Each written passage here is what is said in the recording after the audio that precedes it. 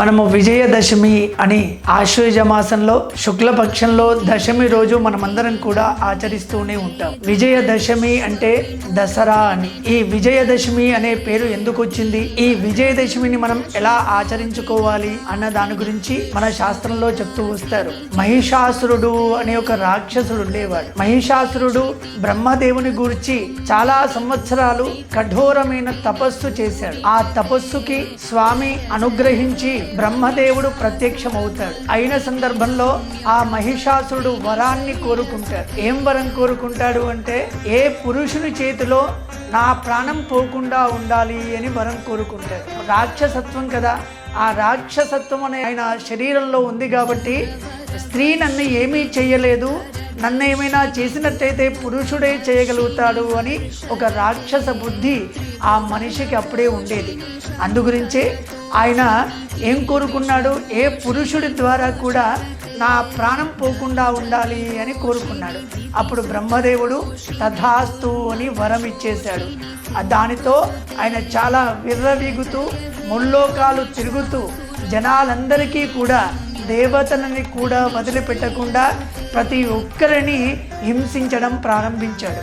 మంచివాడికి వరం ఇస్తే అది సన్మార్గంలో ముందుకెళ్తుంది. ఒక దుష్టుడికే వరం ఇచ్చామే అనుకోండి, అది చాలా ఇబ్బందులు గురి చేస్తుంది.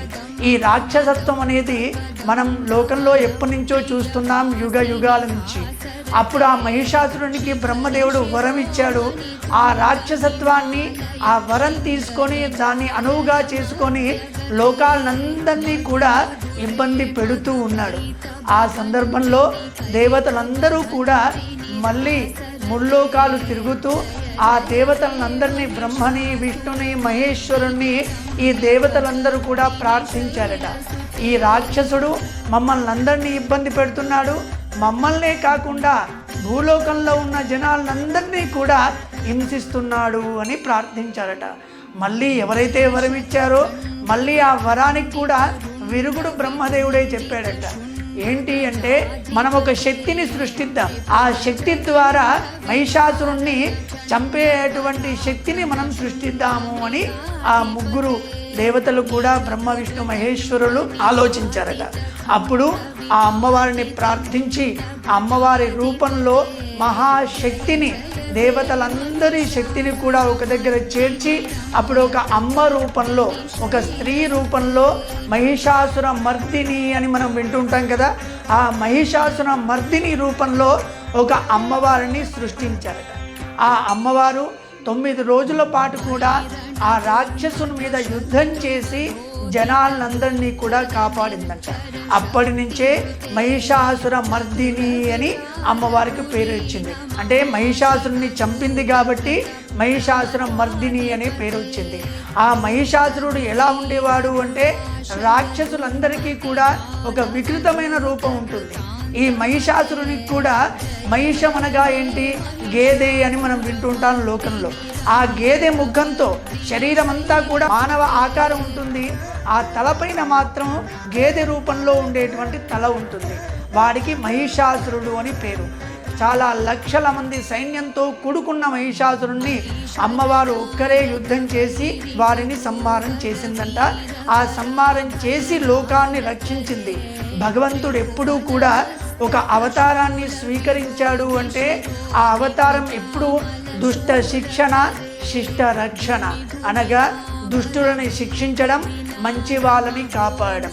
ఏ అవతారం చూసుకున్నా, ఒక రామావతారం చూసుకున్నా, ఒక అమ్మవారి అవతారం చూసుకున్నా, ఒక ఈశ్వరుని అవతారం చూసుకున్నా, ప్రతి అవతారంలో కూడా దుష్టులని, అనగా రాక్షస బుద్ధి ఉన్న వాళ్ళని సంహారం చేసి మంచి వాళ్ళని రక్షించడం. ఇదే క్రమంలో మహిషాసుర మర్దిని అనే అమ్మవారు మహిషాసుర మర్దుని సంహారం చేసి విజయదశమి రోజు అది కలిగిందట. ఒక చెడు పైన మంచి విజయం సాధించిన రోజే విజయదశమి అని. ఆ రోజు విశేషంగా మనం విజయదశమి అని అంటుంటాం. ఆ రోజు ఎవరైనా సరే ఏదో ఒక పని ప్రారంభం చేయాలి కొత్తగా. ఆ విజయదశమి రోజు ప్రారంభం చేసిన పని పరిపూర్ణమవుతుంది అంటారు. ఆ పని విజయం సాధిస్తుంది అని అంటారు. ఆ విజయానికి కూడా ఒక ముహూర్తం అంటారు. ముహూర్త రూపంలో చూసినట్టయితే విజయ అని ఒక ముహూర్తం ఉంటుంది. అది దశమి రోజు సాయంకాలం పూట ప్రదోష కాలంలో ఆ ముహూర్తం ఉండాలి. ఆ రోజు నాడే విజయదశమి అని అంటూ ఉంటారు. అలాంటి విజయదశమి రోజున మనమందరం కూడా చెడు మీద మంచి సాధించిన రోజుగా గుర్తు చేసుకొని మనలో ఏమైనా ఎత్కించిత్ రాక్షస రూపం కానీ రాక్షస భావాలు కానీ మన లోపల ఉంటే అవన్నీ కూడా నివారణ చేయమని ఆ మహిషాసుర మర్దిని అమ్మవారిని ఈ 9 రోజులు నవరాత్రులు అంటారు. ఈ నవరాత్రులు దాటగానే వచ్చేదే ఈ విజయదశమి, దసరా అని మన లౌకిక భాషలో వింటూ ఉంటాం. ఆ విజయదశమి రోజున మనమందరం కూడా అమ్మవారిని ప్రార్థించి అమ్మవారిని ధ్యానించి అమ్మవారిని విశేషంగా ఆ రోజు సాయంకాలం పూట మనం చూస్తూనే ఉంటాం, శమీ పూజ అని చేస్తూ ఉంటారు. ఈ శమీ విశేషం ఏంటి అంటే శమీ చెట్టుకే మనం అమ్మవారి రూపంలో పూజ చేసుకొని అమ్మవారి దగ్గర ఒక ప్రార్థన చేస్తాం. శమీ శమయతే పాపం శమీ శత్రు వినాశని అర్జునస్య ధనుర్ధారి రామస్య ప్రియదర్శని అని ఈ శ్లోకం చెప్తూ ఉంటాం మనం. ఆ శ్లోకం చెప్పి శమీ పూజ చేసుకొని మన వాళ్ళందరికీ కూడా ఆ శమీ పత్రాన్ని ఇచ్చి ఈ శ్లోకంలో చెప్పినట్టుగా శమీ వృక్షం అనగా యజ్ఞయాగాదుల్లో చాలా విశేషంగా వాడుతూ ఉంటారు. ఈ వృక్షాల్లో కూడా దైవ వృక్షాలు అని ఇత్యాదులన్నీ కూడా ఉన్నాయి. దానిలో శమీ వృక్షం చాలా విశేషమైంది. దసరా రోజు సాయంకాలం శమీ పూజ చేసుకొని ఈ శ్లోకాన్ని పఠించి స్వామికి నమస్కారం చేసుకొని అమ్మవారికి చేయడం ద్వారా శ్లోకంలో చెప్తారు శమీ శమీయతే పాపం అని. ఆ శమీ అనేది మన పాపాన్ని హరిస్తుంది అని, మనం తెలిసి తెలియకుండా ఏమైనా పాపాలు చేసుకుంటే అవన్నీ కూడా హరిస్తుంది అని. శమీ శత్రు వినాశని అని, ఆ శమీయే శత్రువులందరినీ కూడా వినాశనం చేస్తుంది. శత్రువులనగా బాహ్య ప్రపంచంలో మనం ఏదైనా పని చేస్తూ ఉంటే మనకి అడ్డు తలుగుతూ ఉంటారు కదా, వాళ్ళని శత్రువులు అంటారు. వాళ్ళు బహిశత్రువులు అనగా బయట ప్రపంచంలో కనిపిస్తూ ఉంటారు. అంతఃశత్రువులు ఉంటారు మన లోపల, కామక్రోధాదులు అని ఒక అరిషడ్ వర్గములు అని అంటారు. 6 రకాలైన శత్రువులు మన లోపలే ఉంటారంట. వాళ్ళు లోపల ఉండి మనల్ని దుర్మార్గంలో నడిపిస్తూ ఉంటారట. దానికి కామ క్రోధ లోభ మోహ మద మాత్సర్యాలు అని 6 అరిషడ్ వర్గాలు అంటారు.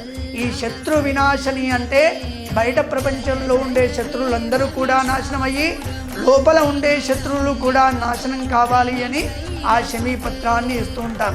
అలానే అర్జునస్య ధనుర్ధారి రామస్య ప్రియదర్శని అని ఈ శ్లోకాన్ని మనం పఠిస్తూ శమీ పత్రాల్ని మొదలుగా మన ఇంట్లో ఉన్న పెద్దవాళ్ళకి ఇచ్చి మనం తీసుకొని ఈ సంవత్సరం అంతా కూడా మాకు విజయ పరంపర కొనసాగాలి అని మనం అమ్మవారిని నవరాత్రులు చేసుకొని చివరి రోజైన మహానవమి తెల్లవారి వచ్చే ఈ విజయదశమికి చాలా విశేషమైన స్థానం ఉంది మన ధర్మంలో.